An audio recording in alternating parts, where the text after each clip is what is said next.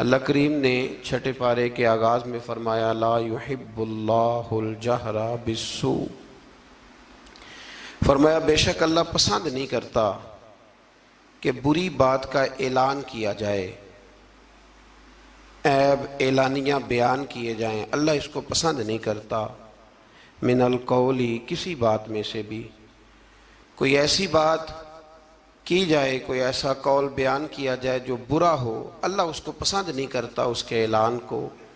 इल्ला मन जुलिम, हाँ जिस पर जुल्म हो, जिस पर ज़्यादती हो, उसको इजाज़त है कि वो एलानिया इस बात का इजहार करे कि फ़लाँ ने मेरे साथ जुल्म किया। आयत के पहले हिस्से में इस बात की तरफ इशारा फरमाया गया है कि बिला वजह क्या सरानियों पर और बदगुमानियों पर बुरी बातों का ऐलान न करो, बल्कि अगर उस बात का ताल्लुक मुआशरती तौर पर लोगों पर नहीं पड़ रहा और किसी शख्स का वो ज़ाती फ़ेल है और उसकी उस गलती का ताल्लुक उसकी ज़ात के साथ है, तो फिर तो हुजूर ने पर्दा पोशी का हुक्म दिया है।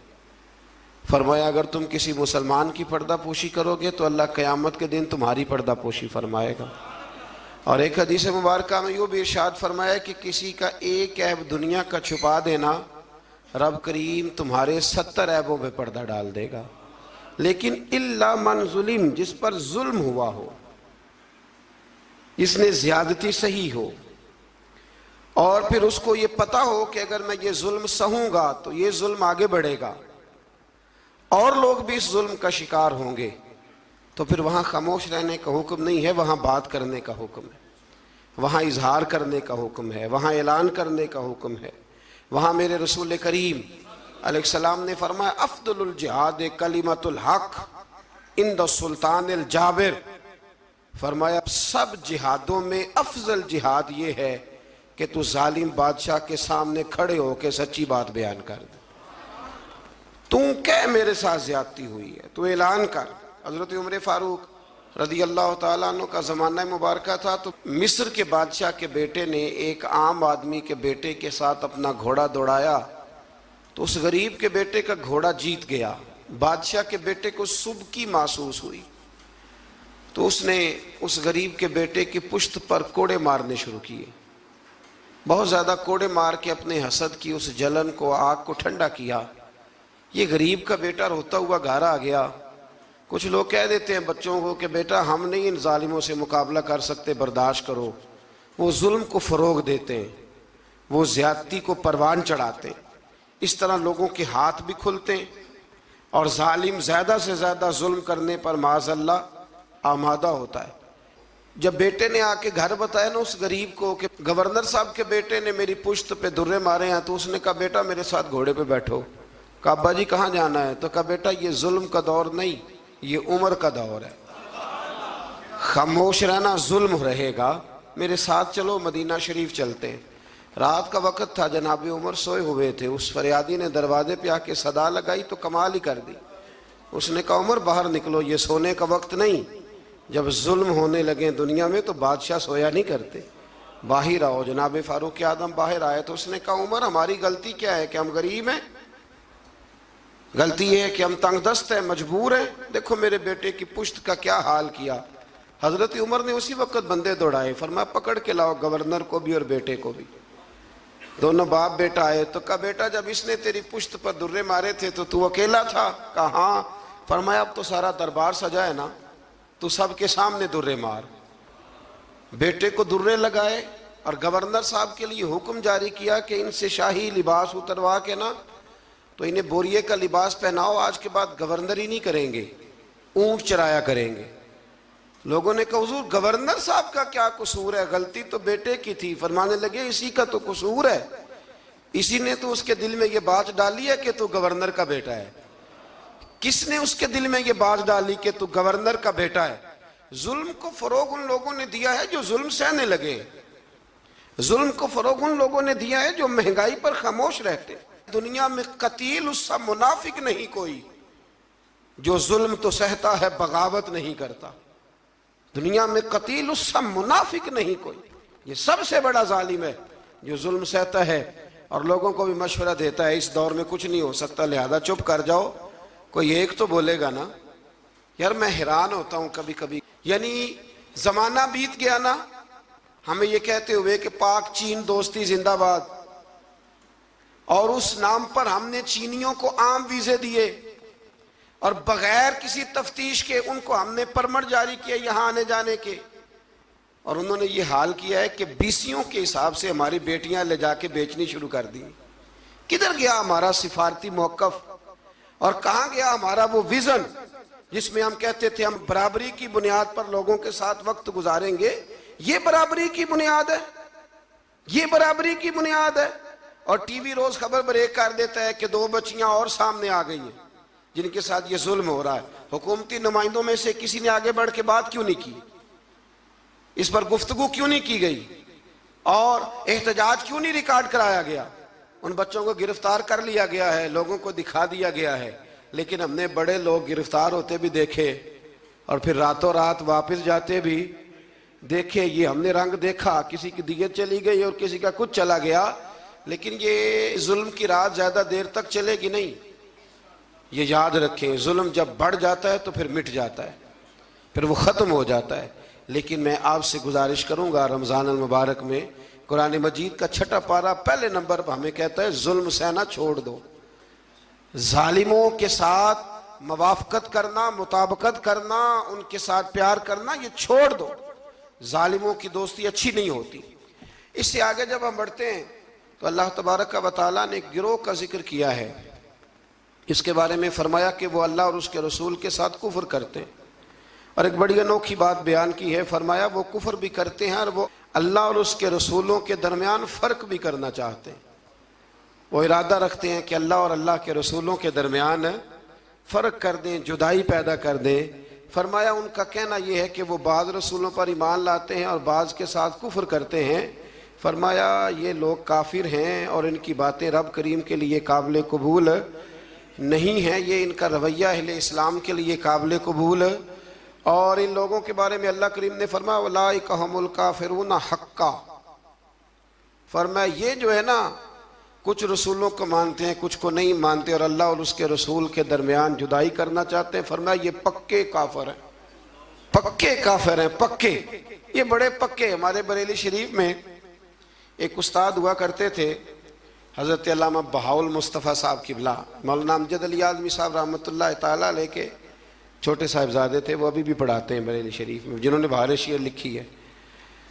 तो वो कहा करते थे कुछ काफिर होते हैं, कुछ सुपर काफिर होते हैं।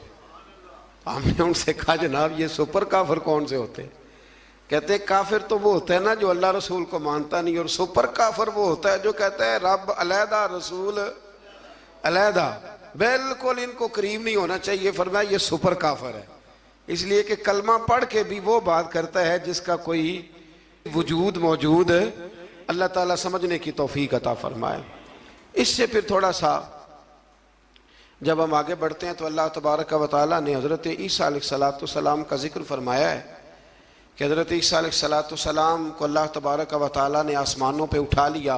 हमारे मुफस्सिरीन ने लिखा है कि जब उन लोगों ने ये चाल चली कि हज़रत ईसा अलैहिस्सलाम को माज़अल्लाह शहीद कर दिया जाए, तो अल्लाह ताला ने उसी गिरोह में से एक शख्स को वो शबाहत दी जो हज़रत ईसा अलैहिस्सलाम की शबाहत थी, उसको उन्होंने सूली पे चढ़ा दिया और रब करीम ने हज़रत ईसा को आसमानों पे बुला लिया।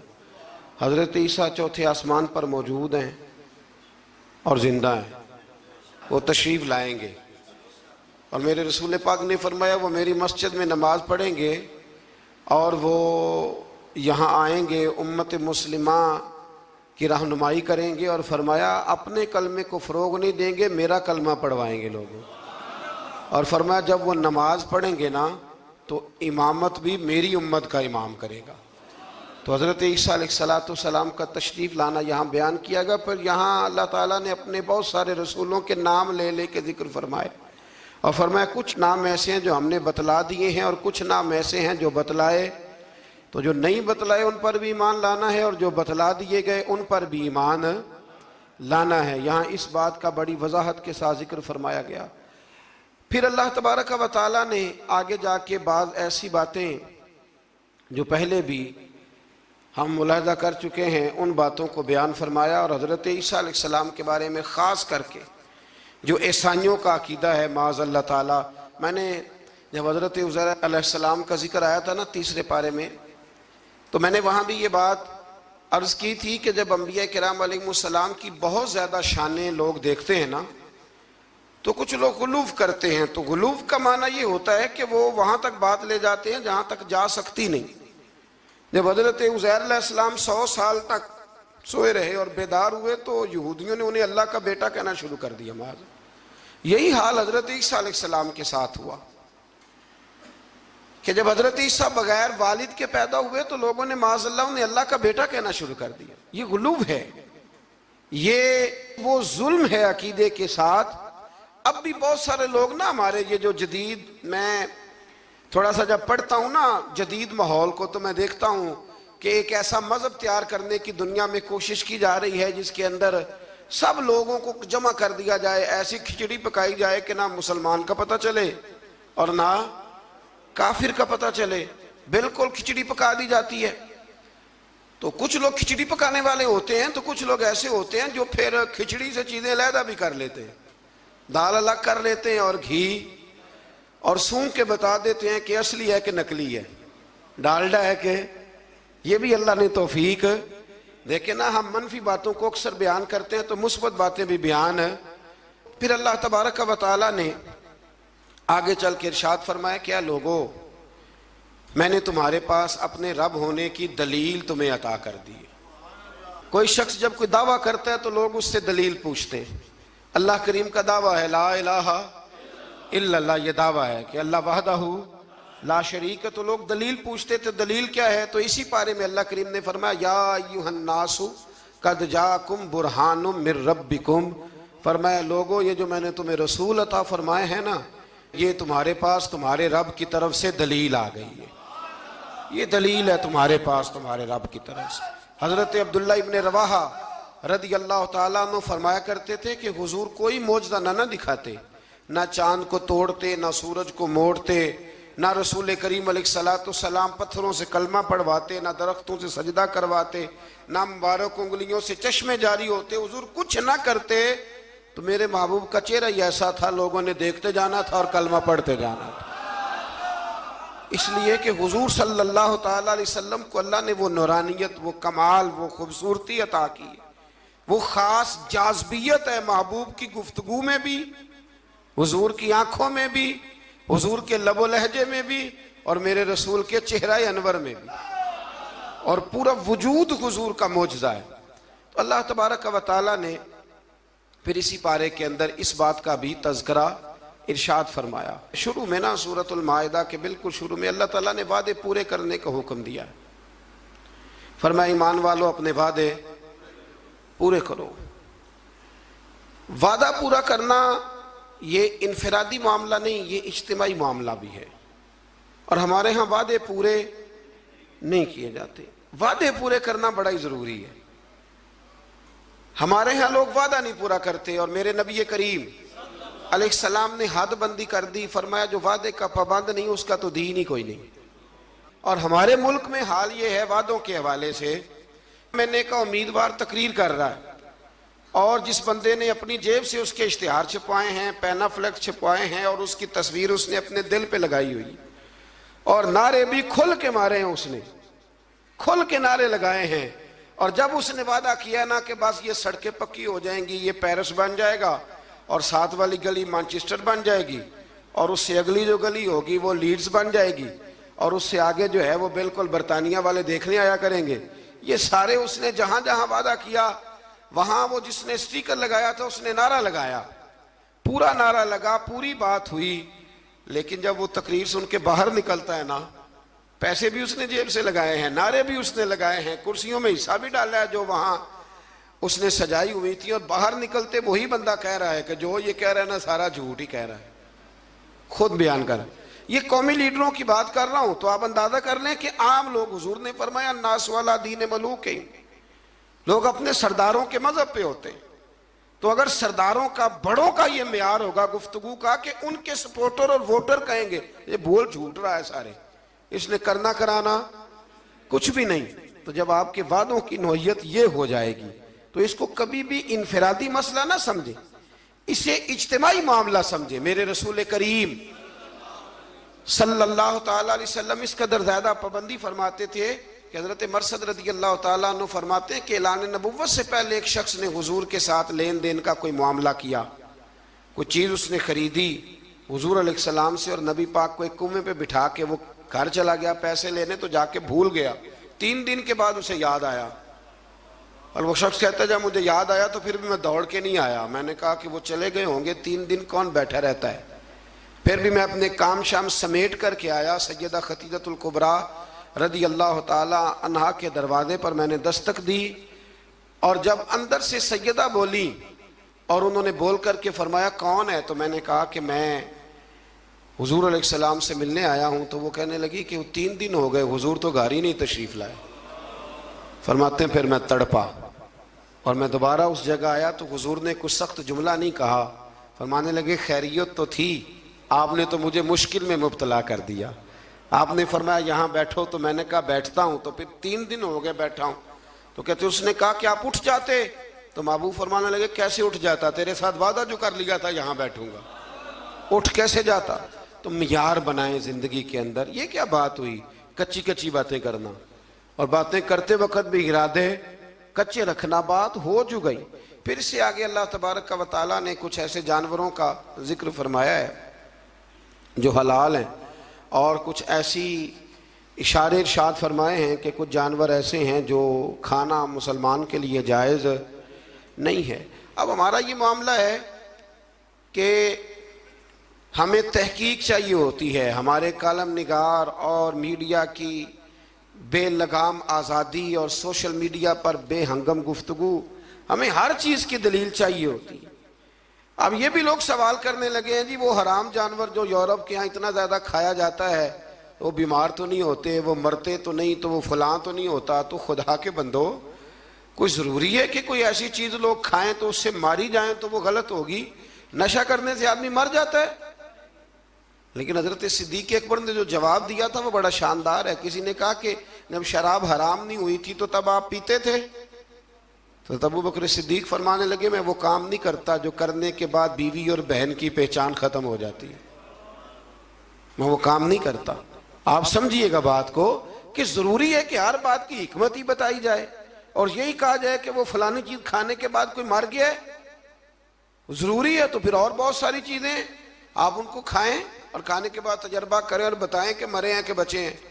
तो ये बेहंगम आज़ादी बेहंगम गुफ्तगू को जन्म देती है।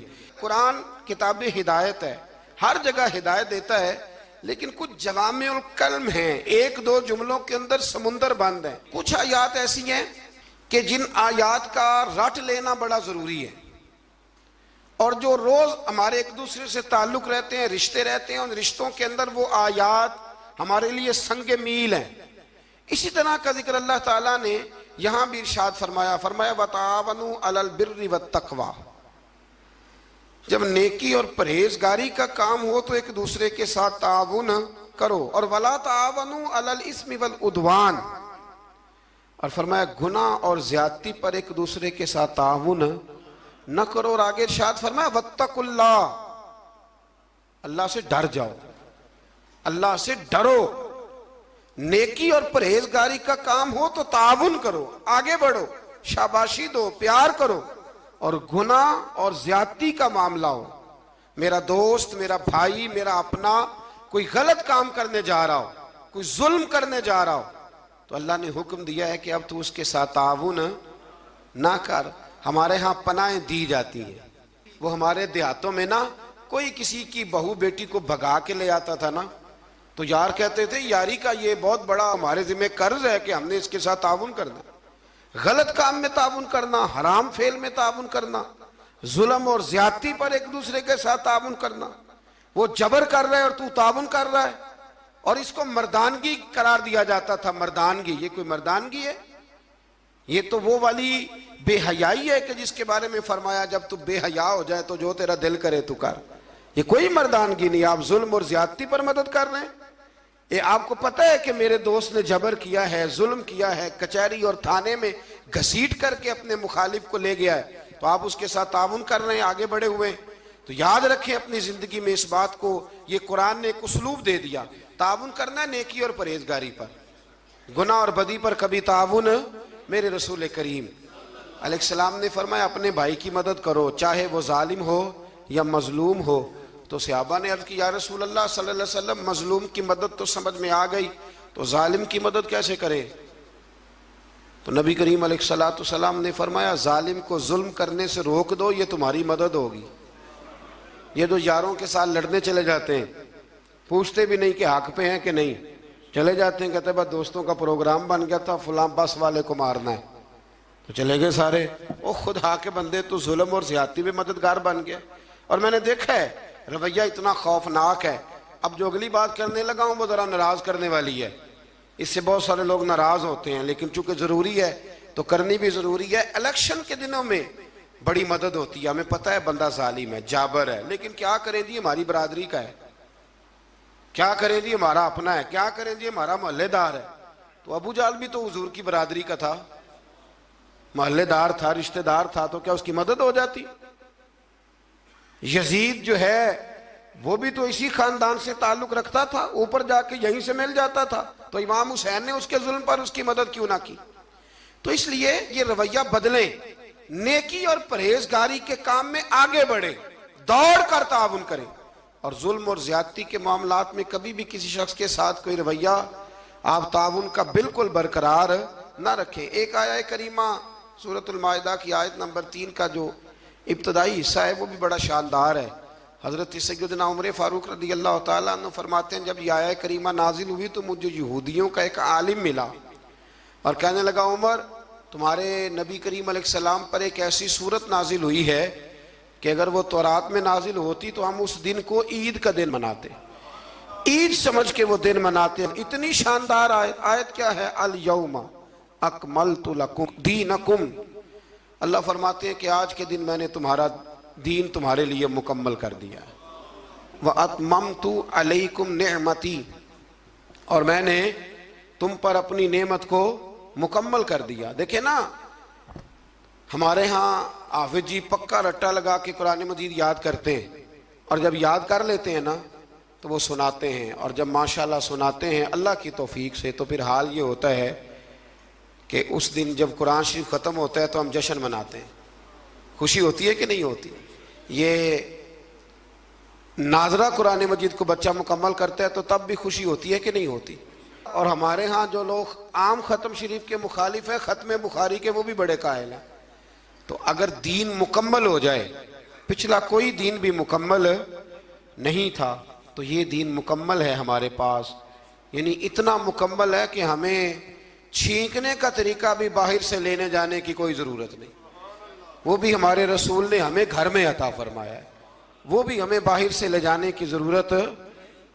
अकमलतु लकुम, मुकम्मल कर दिया तुम्हारे लिए। और ये जो लफ्ज़ लकुम है, इस पर बड़ी खूबसूरत बात काजी सनाउल्लाह साहब पानीपति रहमतुल्लाह लिखी है।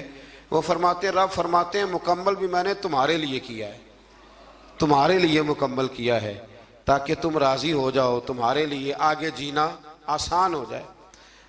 तो मेरे अजीज़ दोस्तों, इससे थोड़ा सा आगे जब हम जाएंगे तो अल्लाह तबारक व तआला ने वज़ू के फ़राइज़ भी इसी जगह बयान फरमाए, और फिर अल्लाह तबारक व तआला ने इंसाफ करने के लिए खड़ा होने का हुक्म भी इन्हीं आयात के अंदर दिया। और जब आप इंसाफ के लिए खड़े होंगे, वो कोई भी हो, और जब आप अदल करेंगे तो अल्लाह करीम ने इरशाद फरमाया कि फिर तुम्हें एक ऐसी नेमत मिलेगी जिसका कुरान मजीद में जा बजा जिक्र है। वो नेमत क्या है? फरमाया इदिलू, तुम अदल करो, हुवा अक़रबु लित्तक़वा, अब ये तकवे के करीब हो जाएगा। और जब इंसान तकवे के करीब होता है तो फिर अपने रब के करीब हो जाता है। अदल करो, इंसाफ करो, तुम्हारे हाथ एक घर का ही अदल और इंसाफ क्यों ना आए, इंसाफ का तराजू। इसलिए हुजूर सल्लल्लाहु अलैहि वसल्लम ने फरमाया हर एक निगरान है और उससे उसकी रियाया के बारे में सवाल किया जाएगा। आगे जाके ना इसी पारे के अंदर हज़रत आदम अलैहिस्सलाम के उन 2 बेटों का भी जिक्र है कि जिसमें एक बेटे ने दूसरे को कत्ल कर दिया था। उसने जब उसको कत्ल किया, और कत्ल की बुनियाद जो यहाँ बयान की गई वो हसद है। हसद जो होता है ना, हसद ये एक अजीबोगरीब चीज का नाम है, रोग है ये बातन का, ये बातन का रोग है। और हसद जब आ जाता है ना तो फिर इंसान को जला देता है, और फिर इंसान माज़अल्लाह ताला ऐसे ऐसे अजीब हरकत करता है, होता असल में हसद है। और इमाम गज़ाली रहमतुल्लाह ताला अलैह ने तो यहाँ तक लिखा है, फरमाते हैं ये तकब्बुर और हसद ज़्यादातर अहले इल्म लोगों में होता है। अल्लाह ताला हमें माफ़ फरमाए। अब इसके तर्जुमा आपने सिर्फ मौलवी नहीं कर लेना। वैसे लोग कहते हैं मौलवी पढ़े लिखे नहीं, तो कोई ऐसी बात बयान की जाए तो फटाफट कहते हैं मौलवियां की गल हो रही। तो भाई ये अहले इल्म से मुराद MSc वाला भी है, PhD वाला भी है, पढ़े लिखे लोगों में। और ये जो तकलीफ दे किस्म की अजियत देते हैं ना अपने मुखालिफ को, ये अक्सर पढ़े लिखे लोग देते हैं। सादा आदमी तो गुस्सा भी सादगी में ही करता है और राजी भी सादगी में हो जाता है। तो वो हसद की बुनियाद पर काबिल ने हाबिल को कत्ल कर दिया। तो आगे कुरान मजीद ने जो उसलूब बयान किया वो बड़ा और ज़्यादा नसीहत आमोज़ है।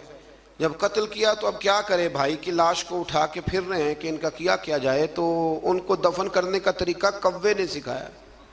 कव्वे ने भी लड़ते लड़ते दूसरे कव्वे को मारा, फिर उसने अपनी चूंच के साथ ज़मीन को खोदा, फिर उसके अंदर उसने कव्वे को रख के उसके ऊपर मिट्टी डाली। तो काबिल को समझ आ गई कि इस तरह करके मैंने भाई को दफन करना है। तो अगर कव्वा कोई बात सिखा सकता है तो इसका मतलब है सीखने वाला कहीं से भी सीख सकता है। शर्त यह है कि उसका सीखने का प्रोग्राम हो, उसका इरादा हो कि मैंने सीखना है। कुछ चीज़ें ऐसी होती हैं जो नज़रियाती होती हैं, तो जो नज़रियाती चीज़ें होती हैं उन पर ज़ाहिर है फोकस भी ज़्यादा होता है। और नज़रियाती चीज़ें जो ऐसी हैं जो ज़िंदगी में भी अमल करने में रास्ता आसान करती हैं और मरेंगे तो कब्र में भी हमें फ़ायदा देगी। तो एक नज़रियाती आयत है, इसी के अंदर आयत नंबर 35 सूरतुल माइदा में, उसमें अपनी बात को समेटता हूँ। अल्लाह करीम ने फरमाया या अय्युहल्लज़ीना आमनुत्तकुल्लाहा वब्तगू इलैहिल वसीला, ऐ ईमान वालो अल्लाह से डरो और उसके रास्ते में वसीला तलाश करो। अल्लाह क्या फरमाते हैं, अल्लाह से डरो और उसके रास्ते में वसीला। तो जब अल्लाह वसीले को पसंद करता है तो अल्लाह वसीले को, यार वाज़े आयत आ गई, वाज़े।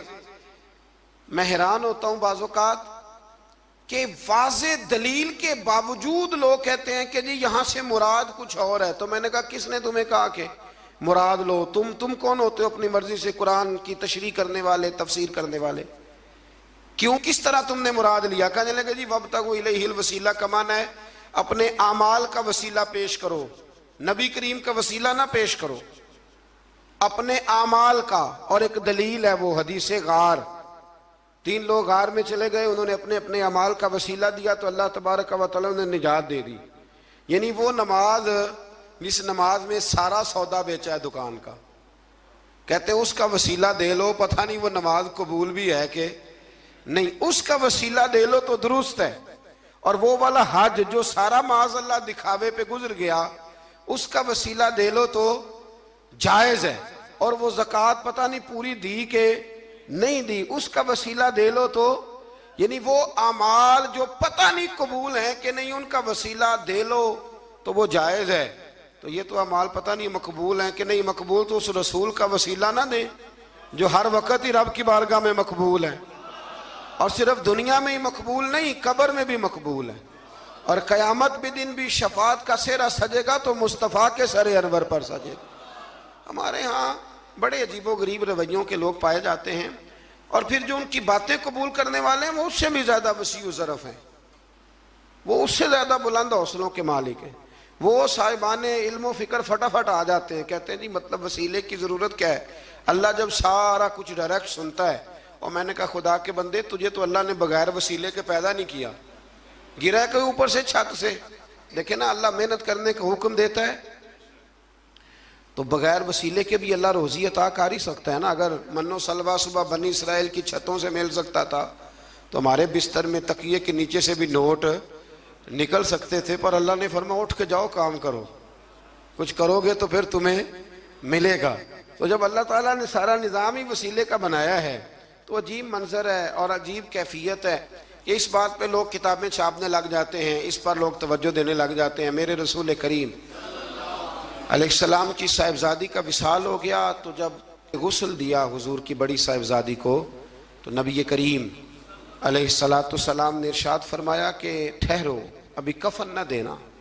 तो सहाबियात ने अर्ज़ की हुजूर क्या करना है? तो महबूब अंदर गए और अपना कुर्ता उतारा, फरमाया मेरी बेटी को मेरे कुर्ते में कफन दो, उम्मीद है अल्लाह इसकी बरकत से उसकी कब्र को रोशन फरमा देगा।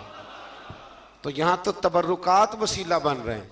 तबर्रुकात, हजरत अनस बिन मालिक रदी अल्लाह ताला अन्हु के पास हुजूर के नाखून थे, उन्होंने वसीयत की थी जब मेरा इंतकाल हो जाए तो मेरी ज़ुबान के नीचे रख देना। तो मेरे भाई ये सारी चीज़ें तो वसीला बन रही हैं। वब्तगू इलैहिल वसीला, बस ये है कि ज़िंदगी में कोई वसीला तलाश करके रखो, कोई वसीला ज़िंदगी में तलाश करके रखो, कोई वसीला ज़िंदगी में तलाश करके रखो। एक बहुत ज़ईफ़ुल उम्र बुज़ुर्ग थे, तो आखिरी उम्र में ना उन्होंने तरीक़त को बड़ा पढ़ा, तसव्वुफ़ को बड़ा पढ़ा। आखिरी उम्र में एक शख्स के मुरीद हो गए। तो कालम नवीस उन पे लिखता है, वो कहता है मैंने उनसे कहा कि बाबा जी अब कोई उम्र तो नहीं थी मुरीद होने की, बंदा शुरू में मुरीद हो कोई तरबियत भी लेता है। तो कहने लगे बेटे मैंने मुर्शद के आदाब बड़े पढ़े थे, लेकिन कोई ऐसा वसीला बन ना सका, कामिल मुर्शद तक पहुँच ना सका। तो फिर इरादा किया कि अल्लाह की तौफीक से और तलाश करता हूँ, तो बुढ़ापे में मिल गया है। तो उसने कहा हजरत जी अब क्या फ़ायदा? तो कहने लगे फ़ायदा क्यों नहीं, मरना तो है, तो किसी दे सिरे चढ़ के क्यों ना मरिए, मरना तो है तो किसी दे होके क्यों ना मरिए। इसलिए आखिरी उम्र में से ही प्रोग्राम मेरा पक्का बन गया है। और ये वब्तगू इलैहिल वसीला पर शाह वलीउल्लाह साहब मुहद्दिस देहलवी रहमतुल्लाह ताला अलैह, वक्त नहीं है वरना मैं कुछ और बुजुर्गों के भी यहाँ आपको हवाले पेश करता। शाह वलीउल्लाह साहब को बर्रे सगीर पाक को इनके तकरीबन तमाम मकातब फ़िक्र, वैसे लोग इनकार करने पे आए तो वो इमाम आज़म का भी कर दें, उनकी मर्ज़ी है, लेकिन तमाम मकातब फ़िक्र शाह वलीउल्लाह साहब के ना सिर्फ अकीदतमंद हैं बल्कि उनके शागिर्दों की लिस्ट में। तो शाह वलीउल्लाह साहब ने यहाँ वब्तगू इलैहिल वसीला पर लिखा है, फरमाते इसका माना ये है कि कोई मुर्शद कामिल तलाश करो। इसका माना ये है कि तुम कहीं जाओ और वहाँ से तरबियत हासिल करो और किसी के रस्तों के मुसाफिर बन के तुम अल्लाह रसूल की बारगाह में आओ। ये हमारे बुजुर्गों ने नहीं लिखा, ये हज़रत शाह वलीउल्लाह साहब अलैहि रहमा इसको नकल करते हैं। तो वसीला एक बड़ी महबूब चीज़ का नाम है, अल्लाह उसको महबूब रखते हैं। क़यामत में रब हिसाब ही नहीं शुरू करेगा, बुखारी मुस्लिम में मौजूद है, हिसाब उस वक्त शुरू होगा जब मेरे रसूल पाक सिफारिश करेंगे। तो जब क़यामत का वो हिसाब जो तय है, कुरान की हर सिपारे में जिसका जिक्र है वो हुजूर के वसीले से शुरू हो रहा है। बस दुआ फरमाएं कि हमारे हाथों में जो वसीले हैं वो हमेशा कायम रहें और अल्लाह तबारक व तआला हमारी निस्बतों को मजबूतियाँ अता फरमाए। आखिर दावा या अनिल हम्दुलिल्लाह।